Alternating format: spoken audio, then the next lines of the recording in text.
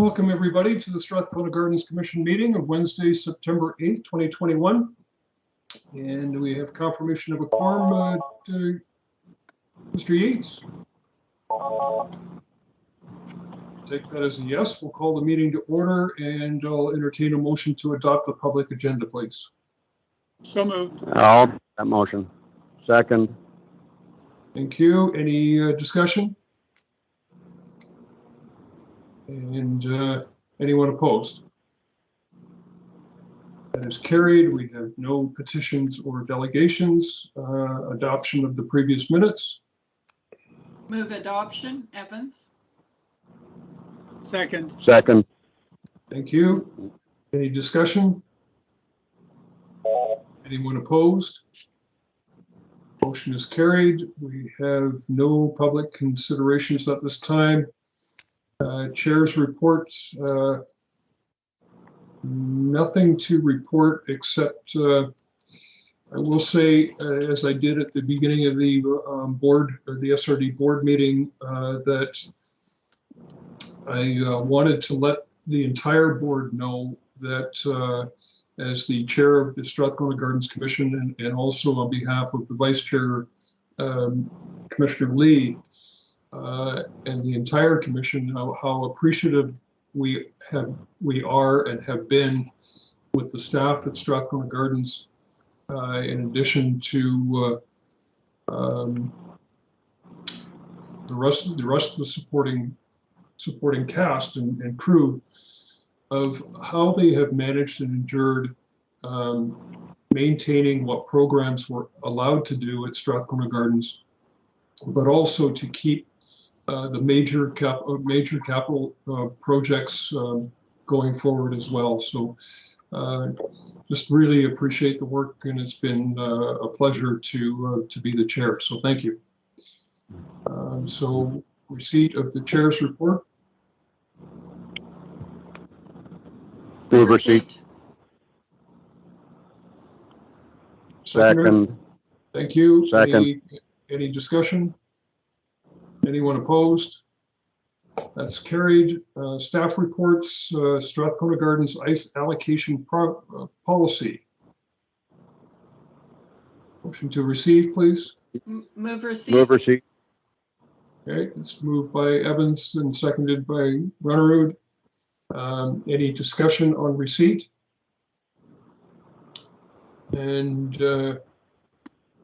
Mr. Leach or Mr. Rack, do you want to comment on this now or when we move to B? Corinne can speak to it now. Or at all. Thank you. Through the CEO and through to the chair, to the commission members, this report has been brought back from last month's meeting regarding actually formalizing a policy and updating the ice allocation policy, and bringing it forth for final review to the commission to be adopted as presented. Any questions from the commission? Cal here. Cal, go ahead. I, as a previous member of the ICE allocation or user group, sorry, I think it's very well done, and thanks staff for doing that. It looks good to me. Excellent, thank you. Was anyone opposed to receipt? That is carried. And on B, moving the amended policy. Move B. Second. Thank you. Discussion? I'm trying to get my hand up, Chair. Go ahead, Commissioner Evans. Thank you. I just really think these are good policy amendments. I think it allows for more inclusivity, particularly with what I read in the report and what's being recommended in the policy, that it's going to enable new participants. There's a way forward for them to have access to more amenable, I guess I would say, ice time. So I just thank staff for bringing this forward, and I think the recommendations should be adopted. Thank you. Okay. And seeing nothing further, is anyone opposed to the amended policy being adopted? Is carried. Strathcona Gardens mandatory helmet requirement for receipt, CAO report. Mr. Chair, I'll move receipt, but I just wanted to apologize for not appearing in the meeting right away. Nobody sent me an invitation, as they didn't last month either. That's why I missed the in-camera last month. Couldn't find an in-camera invitation. Couldn't find a Strathcona Garden invitation today. So it's not my fault, but Okay. I'm here now. Commissioner Lee, glad you're able to join us, and Mr. Leach will take a look at that and make sure that you've got that in advance. I know it's a challenge when staff are trying to get those invites out, especially when the board meetings are going on as long as they have. So, So who publishes the Strathcona Gardens Commission agendas? Like, who sends the invitations? Is it Edith. Betty or Edith? Edith. Edith, Well, yeah. I definitely didn't get an invitation to this one because I looked all through my emails and I didn't get the in-camera last month. okay, we'll have Mr. Leach will follow up on that. But in the meantime, we have a report to receive, and I believe we had that moved and seconded. Mr. Yates.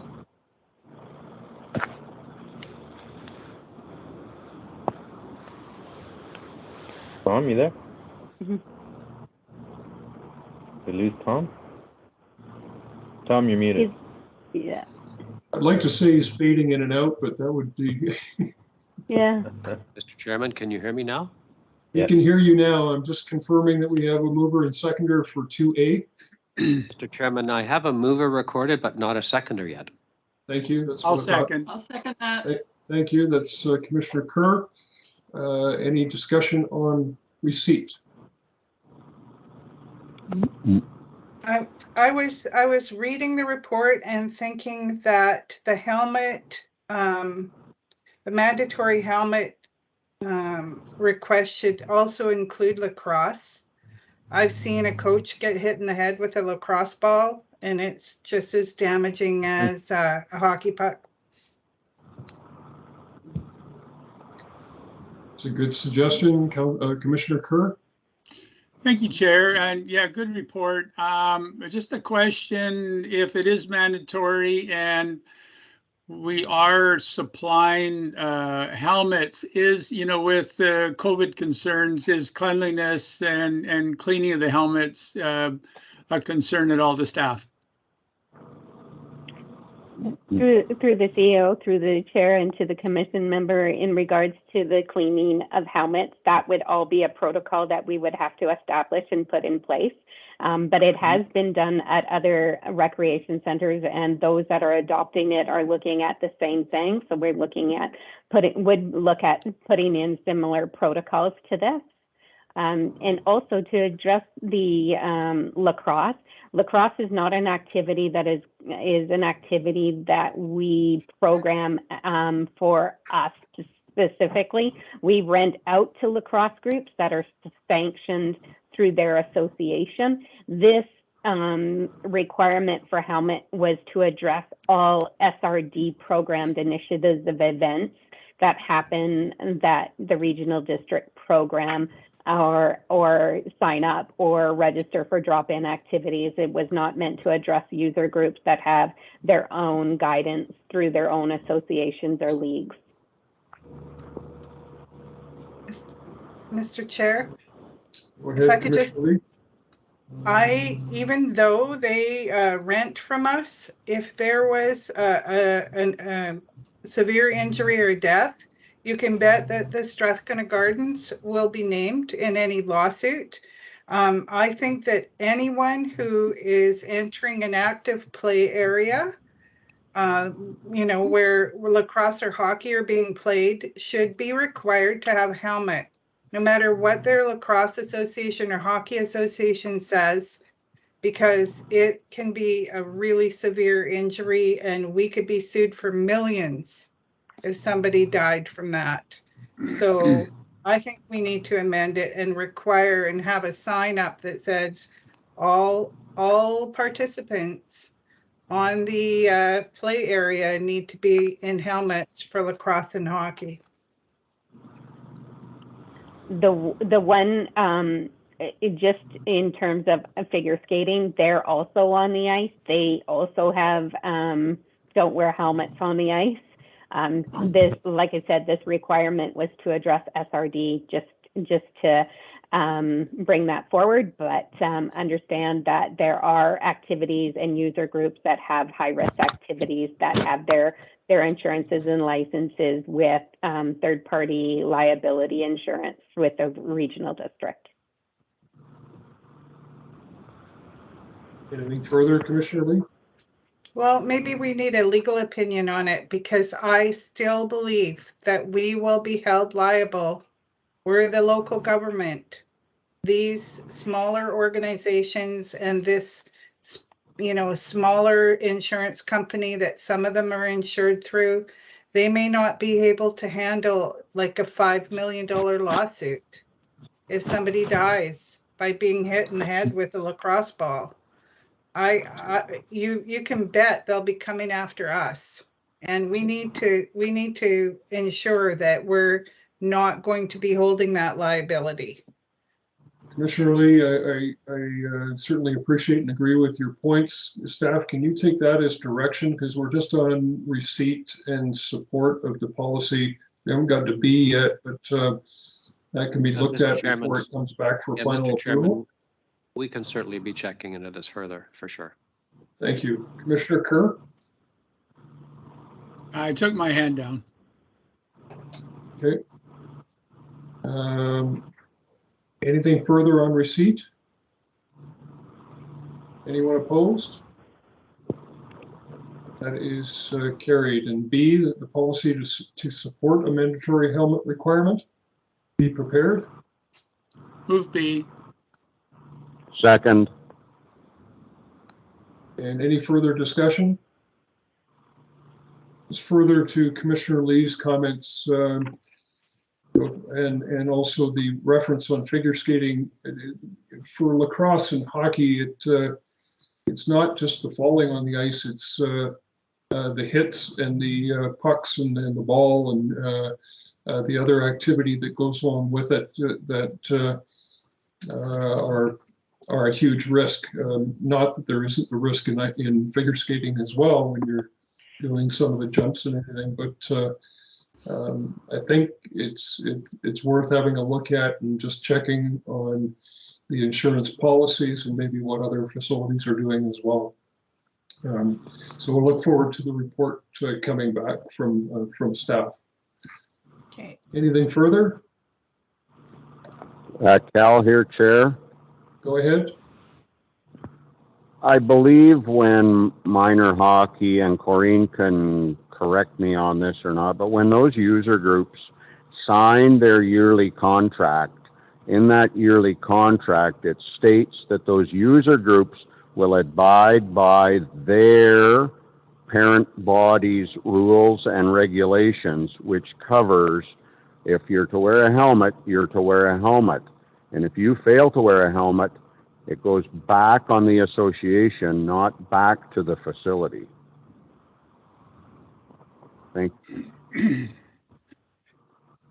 And I think we can confirm that, but what Commissioner Lee's point is, that's what it says on paper, but sometimes when it comes down to a serious injury, all parties get tagged. Correct. So it's just being cautious and protecting the interests of the facility and the organization. Yeah. Correct. Thank you. Thank you. So on B, is anyone opposed? That is carried. On the public health orders, a verbal update, Ms. Garat, Mr. Leach. Corrine will speak to this for us. Yes, through the CEO, through the chair. Today, I am going to project a presentation, a PowerPoint presentation. So hopefully you're able to see it and see what is on my screen right now.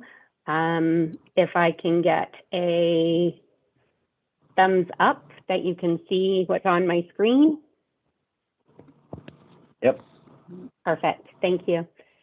So today, I'm just going to give you a bit of an overview on some of the latest public health orders and how it affects Strathcona Gardens and moving forward with programming and activities here at the complex. The first one I'm going to go over today with you.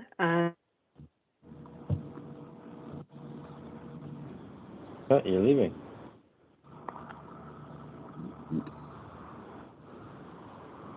Well, how about that?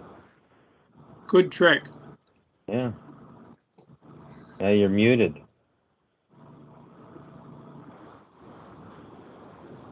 Muted.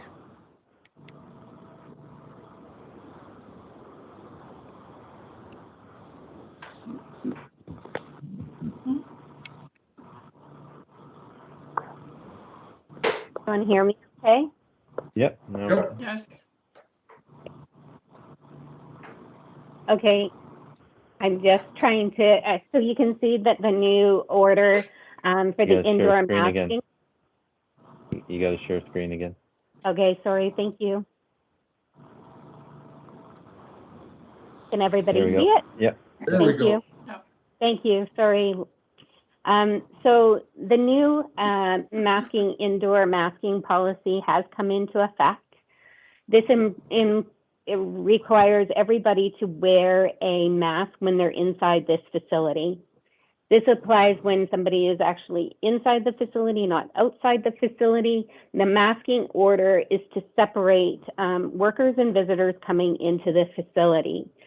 It does not include the working areas that behind plexiglass in terms of where barriers and things for the worker have been established. This is the common spaces within the complex and not applied to places where people are engaged in physical activity. So where those events are happening, where the participants are engaged in physical activity, the order does not apply for them to be wearing a mask at that time.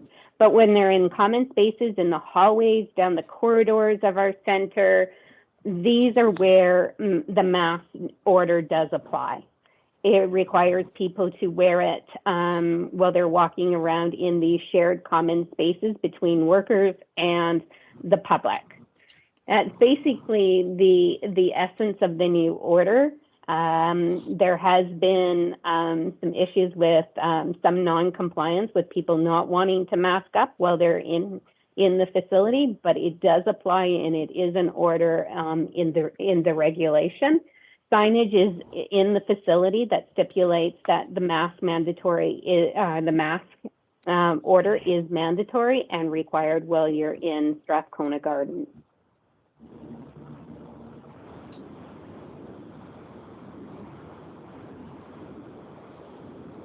So the next order is the new vaccine requirement. And I know that this has been particularly, there's a lot of information coming out, including the briefing by Dr. Bonnie Henry yesterday and lots of things coming out. This is a place where the vaccine verification process is required. I just want to highlight some key points about the proof of vaccination requirement for a recreation center. For your knowledge, as of next Monday, everybody 12 and older must provide confirmation of one COVID-19 immunization by showing their vaccine card or the app on their cell phone and one piece of government ID, that either being a driver's license or a BC service card. And those ages 12 to 18 will not have to produce a government ID. And it's a pretty important note because we do get a lot in that age category, and they will not be required to show or produce government ID.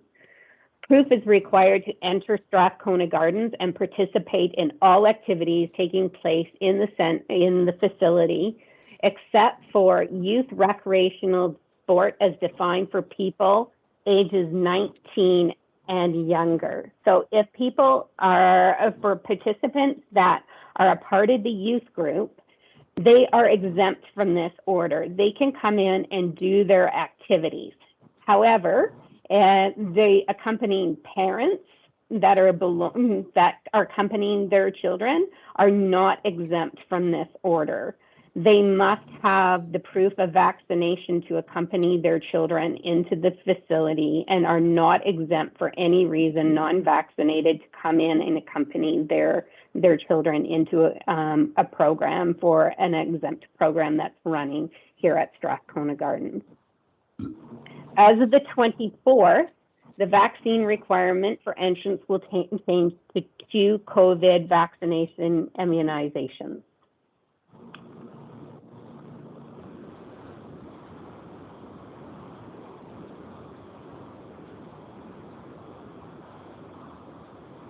I'm sorry, my screen is not moving.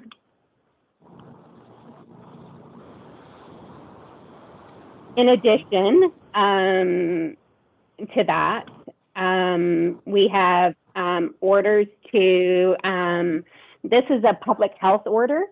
That means that this applies to the order applies to non-essential services, and which of the activities that are happening out of this center are non-essential. The order is not applicable to our workers here at the site, and the regional district continues to practice on-site hygiene, proper hygiene, and has messaging using sanitization throughout the facility. Distancing, although they're not marked, we encourage people to still follow the distancing acknowledgement by public health, the use of plexi barriers, and the wearing of masks. This order may seem like there are some people that are exempt, as I said, and that seem to bypass a checking or a vaccine verification process when they come into this facility. We've looked into options to kind of look at streamlining the process. At this point, the regional district will not be retaining any COVID-19 health information. It's the responsibility of the user who is using these non-essential services to supply and bring proof of their vaccine and their government ID to enter the facility each time they visit. This is a requirement. The 50% of seated capacity still applies within Strathcona Gardens. So they haven't removed all limitations. There was some discussion in the briefing with Dr. Henry yesterday that perhaps this 50% off capacity would be uplifted as this goes through, and that the capacity would be fully open for those people that are fully vaccinated. At this time, we still understand it to be 50% of seated capacity while in each venue of this facility. So more operationally, staff have looked at the logistical challenges of putting in the proof of vaccine requirements here at Strathcona Gardens, acknowledging to the Commission today that in monthly reports, there was this information that came forward about our staff capacity. We are already challenged to meet operational, the pre-COVID operational hours that were established prior to COVID. And this order further amplifies the requirements of staff and the challenges with implementing and turning this around by September 13th, by Monday. This process, I want you to know, is different than COVID-19 screening. When we were operating under COVID-19 screening and using our staff to do this, we were really restricted in the amount of programs and the amount of spectators. And at some point, no spectators were allowed in this facility. So we had some more capacity to employ our staff to do COVID screening. Now we have all of our programs running, all of our staff working, and still can't manage we can handle what we're running today, but we have no more capacity to bring anything more on to the staff right now. Under the latest orders, like I had mentioned, we're still at the 50% off capacity, and this could be nearing capacity of over 1,000 people within the facility at any time. Furthermore, over the last week, and since even the introduction of the mask policy, staff have seen escalating frustration from the public in terms of being not liking the masking rules and not liking the fact that they're going to have show proof of vaccination. This is increasing, and verbal confrontation has been already escalated with staff. For our patrons trying to find loopholes in the system.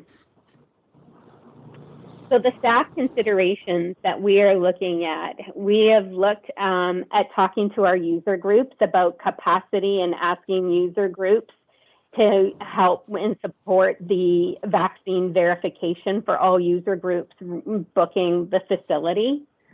We understand that our user groups, such as minor hockey, figure skating club, youth groups, are all taxed with resourcing. Their volunteer base is really the ones that get burdened with some of these new things and new orders that come into place, and this order is no different. They could restrict spectators from coming in to watching their activities, but the intent of this order was actually to incentivize those people who were vaccinated and not disincentivize those people who are actually vaccinated to come in and watch their kids play hockey or do their activities. So although limiting spectators is one option, this is something that we know would actually not kind of incentivize people if there was no incentive to come into the facility.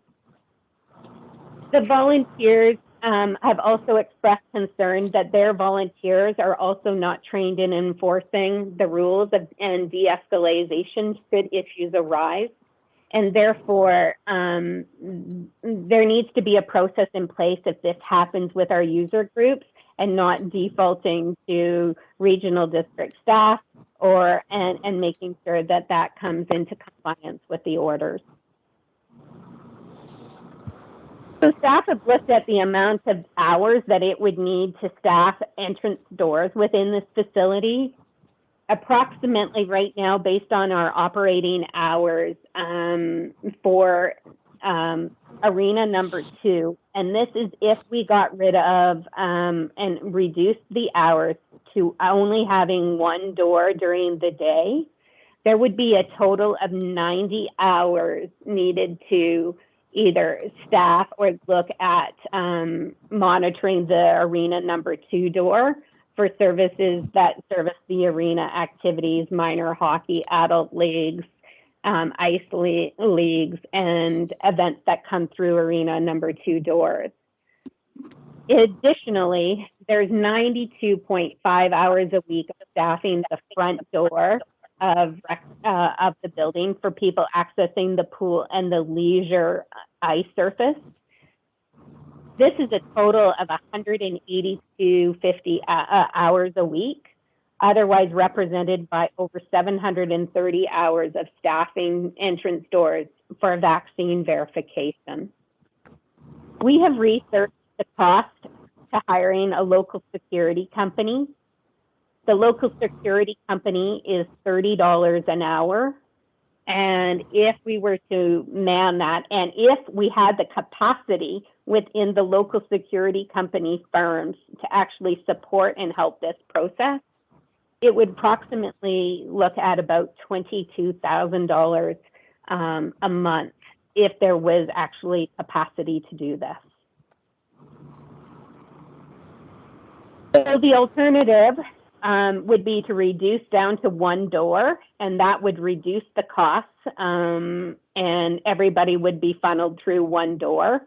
That one door being the front door would be the one that staff would recommend because it services people for the mobility challenged and the vulnerable people that are dropped off here at the center because of Handy Dart, and it's already established there. That would reduce the cost by not having that. And additionally, we would be able to probably look at limited amount of services. Some minor hockey has expressed concerns with using the front door, as they strongly feel that the majority of their users, which they feel there's a lot more users using the arena side, would then be challenged with hockey bags and equipment and everything going through those doors. And there are challenges by alternating doors and inconsistency with doors and vaccination processes. So flipping from one to the other is also a bit of a logistical challenge. So I also want to follow up. Although I was hopeful in the beginning that local security companies would have the option to help and support us, what I'm finding out even through late last night is that our local security companies are taxed and resourced out.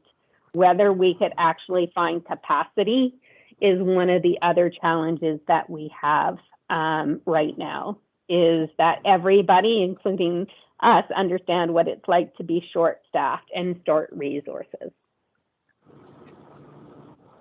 So my recommendation to the commission is that staff implement the vaccine verification process using any additional support that we can get from a local security company to provide services over the next month at the front main entrance, and that the Restart grant money offered to the regional district be applied for these measures as it directly relates to the COVID-19 orders.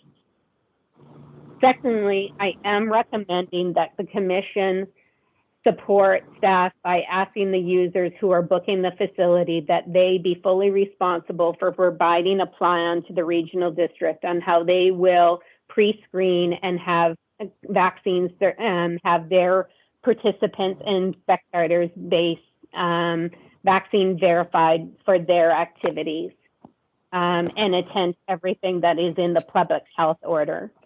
That would remove the burden of the regional district to do that, and many organizations and municipalities are following this same process, that vaccine checks and verifications would happen by the user groups themselves, recognizing, however, these user groups are taxed with capacity issues as well.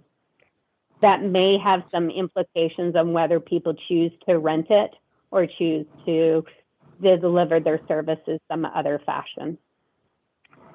That staff monitor the progress of this and report back to the next commission with an update and options on the several weeks of implementation under the new order, as everything is adjusting, adapting, and we're trying to work on a dime to roll this out by Monday of next week. Those are my recommendations. And I do have a final acknowledgement that communication is important, that I continue, and as early as 6 o'clock this morning, I was on with the president of minor hockey to figure out solutions to move this forward.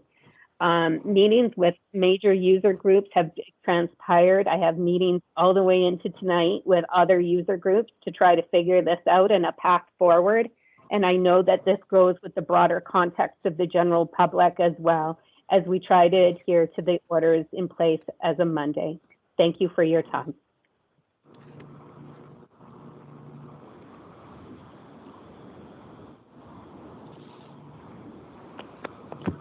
Cal here. You're muted, Andy.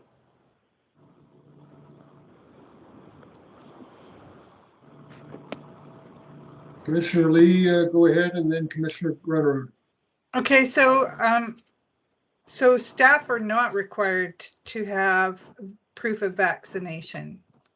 I mean, we do have staff working in the facility that are not vaccinated. Do we know that? Correct. They're not obligated to tell us their status, but nor are we required to have them fully vaccinated to be on site. The order does not apply to our workers. Yeah, this is my problem with the public health orders. The way they're delivered to the public is that they have exceptions to every rule. And, you know, you can't have a completely safe building if, you know, the workers are not vaccinated, but the public are required to be. I just think that that's a huge fault of the provincial government for not being stronger on making sure that people are, you know, required to be vaccinated in order to work with the public. That should be a given. And, you know, I mean, and it's only a given in the health sector. If you work as a care aide in a long-term care home or a nurse or a doctor, you have to be vaccinated. But other sectors are not. And I find that really hard to swallow from the provincial government. And I think the public will be perturbed about it if they know that the workers are not vaccinated, but they are required to be. Having said that, like I got my proof of vaccination this morning between the electoral area committee and the board meeting. And it took me about an hour waiting for somebody to serve me, but I got my proof of vaccination. So it's not that hard to do. People shouldn't be, it isn't very hard to get your proof of vaccination, but it would be very hard to get it if you're not vaccinated and you have to have proof by September 13th. That's too short a timeline for people.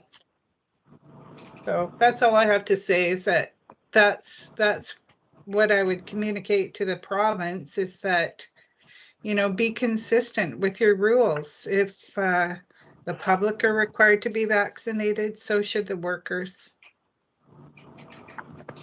Thank you, Commissioner Lee. Completely agree. Commissioner Grunwald? I would just like to first off say, Corrine, you got a huge challenge ahead of you, and catch your breath.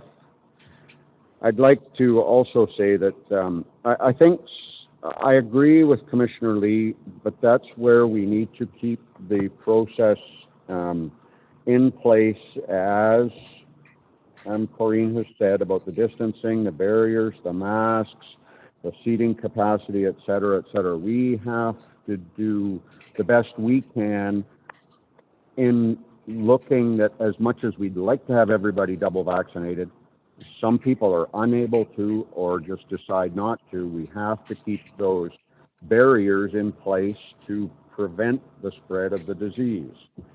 And finally, I would like to support the two recommendations that have come forward: the vaccine verification process assistance plan, and then secondly, the user groups screening of their members. I believe that they need to take responsibility for their members and take that off of Strathcona Garden staff plate. Thank you. Thank you. Anything else from commission members? I just wanted to know, does Corrine need endorsement from the commission to hire a security company to man the doors? Yeah. Well, let's give everybody an opportunity to weigh in, and then let Corinne respond. Not seeing anything further, so I'm going to weigh in and just follow up on Commissioner Gunnering's comment that I find it somewhat hypocritical that we have one order for patrons and no order for staff. And I think, I don't know what the legal implications are, but I just really struggle with the hypocrisy of that, and that we should be mandating that our employees are fully vaccinated in order to report to work in a public environment. That's just my opinion. I also had want the commission to know that I have received a number of complaints from anti-vaxxers who have been bringing children into the pool area and have been denied to enter into the change rooms. So good on our staff for enforcing the rules.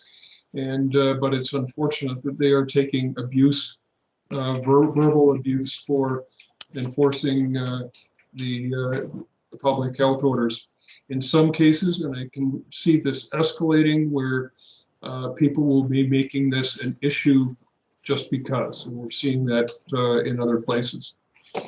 That said, last weekend, the staff and the storm organization were excellent in monitoring the exhibition games that went on Thursday, Friday, and Saturday, and making sure that the crowds were fully masked and distancing was done reasonably well. I will say that I did hear a couple of comments and experienced it myself, that if you're sitting in the top row, you have someone standing 4 inches behind you breathing down your neck.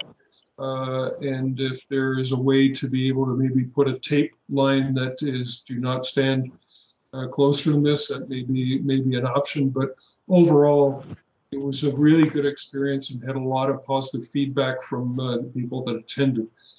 The four certainly recognize the challenges with trying to get staff and then trying to hire a security firm. But I think a security firm is the best way to go if we can get them, because they are trained in how to manage people and deal with the situations that we know we can expect, and would be unfair to put our staff in that situation. So my question to Mr. Leach or to Ms. Garak is, did we receive COVID restart money that could be used to do that? Yes. And then the last one is, if we're going with a single entrance, or if it was just 2 entrances, will the others be locked? Because I could see 4 guys with their hockey bags or lacrosse or something, sending one around to the main entrance while they all stand at the back door, and then they come through and then open the door and let the rest in. Difficult for our staff to be able to manage all the entrances that we have, but I think we've got some creative fellows that would figure that out pretty quick and how to get around the system. And then overall, great report, challenging situation. We know that there's going to be some individuals that are going to just stir it up to make a point because they feel entitled to do so. And that's going to be unfortunate for our staff to have to deal with and experience. So thank you very much for a really well done report. Anything further? So, Mr. Chairman, a motion to receive the report would be, I think, in order. Thank So you. moved. I think seconder. Second. Thank you, Commissioner Kerr, Commissioner Evans.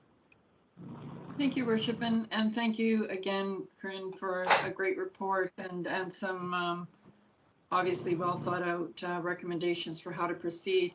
I'm just wondering, as part of your strategy, I didn't see it in your presentation, but is there additional training that staff need to take to deal with, harassment or anything like that? Is there any way we're providing that? Because I think as you heard from some of the commissioners and the chair himself, the potential for this escalating is different than when people were wearing masks. I think this kind of just takes a one step further. So yes, there's going to be security guards at the doors, but the sort of the protest can happen outside the facility. It can happen, throughout the facility. So my concern was just for staff, if there needs to be any additional training and or support. Thanks.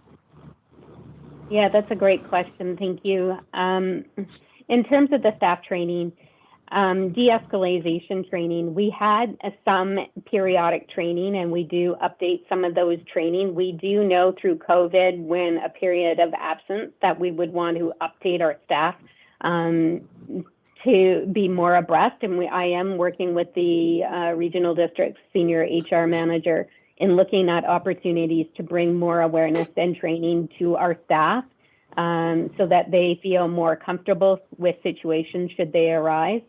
It is scenarios that we practice in service training, and obviously some feel more comfortable in approaching it than others. And then we have the onboarding of new staff. So going through some training and bringing people up to have the latest information and updates in terms of that is something that we are looking at. Thank you. Commissioner Lee? And I was going to suggest that since the RCMP share, they're right across the parking lot, that it would be a good idea to alert, maybe talk to the community liaison officers or alert the non-emergency number at the RCMP that you're anticipating some resistance to this new regulation when people try to access the building, and that, somebody should be prepared to walk across the parking lot and help enforce the law. Because I've talked to a couple people in the past few days, and I think it's their mental health is breaking down because of the length of the pandemic. I've had people like screaming at me, like literally screaming and refusing, saying they'll never get this, proof of vaccination, that the government's going a bridge too far and they're impinging on their rights. And some people, there's this fringe of people that are very angry. And, there's been incidents in communities of people being held at gunpoint, at machete point. It can be dangerous. So I think the RCMP should be on alert that you might be dealing with some angry people. Thank you for that. Anything further? Any additional comments, Commissioner Evans? Thank you. And I just looked up the Citizens on Patrol that assist the RCMP. I don't know, Ms. Grech, if that's another alternative for, I think it's saying that they need a minimum of 4 hours per month. That's not going to be a problem for you. But anyway, I'm just as another potential resource. Thank you. I also want to highlight that a couple of things that I didn't note in the presentation. I have been in communication with the management at the City of Campbell River and the Sportsplex in the community center, who I do recognize we're trying to follow a same pattern at all the community centers, and that our messaging is aligned, so that wherever you go through the city at a community center, you're following the same kind of path. And so consistency in this message is important. And I really wanted to emphasize that right off from the start, when this was introduced, we started conversations with our colleagues at the City of Campbell River to make sure that everything was going to align, and we'll continue to try to align the best we can going forward. Secondly, when it comes to the Campbell River storm, we have met with the Campbell River storm as of yesterday, had a really good meeting. They're really proactive in trying to figure out the best way to logistically handle their COVID or their proof of vaccination with their spectators and other participants going forward. They will file a plan. There was one comment about the offering of food services through our concession. Recognizing that food services is an important part when they hold a liquor permit. So there was some concerns about unmasking while in the arena while you're eating food. But at the same time, if you're going to be holding a liquor license and you're going to be doing that, It's no different than going to a Canucks game or any other 50% off ticket capacity. You're still able to sit in a seat, eat your takeout food. It is some of the challenges in logistics. So that is one thing I just wanted to bring to the commission's attention. Okay. Thank you. Just when you thought you had the I's dotted and T's crossed, here we are. With that, seeing no other comments or questions on receipt of the verbal report, anyone opposed? That is carried. And with that, I will just say thank you, Ms. Garak, and thank you to your staff. And you have our backing and support for whatever you need to continue on. So thank you. Thank you so much. Thank you for your time. Motion to terminate. I'll So make moved. that motion. Thank you, Commissioner Second. Gunnerud. And was that Commissioner Evans? Sure. Mr. Yates, how are you doing way down there? We're still here, live and kicking. Okay, well, we'll let you go home. Anyone All right. opposed to adjourning? We are adjourned. Thank you very much. Thank you. Tomorrow.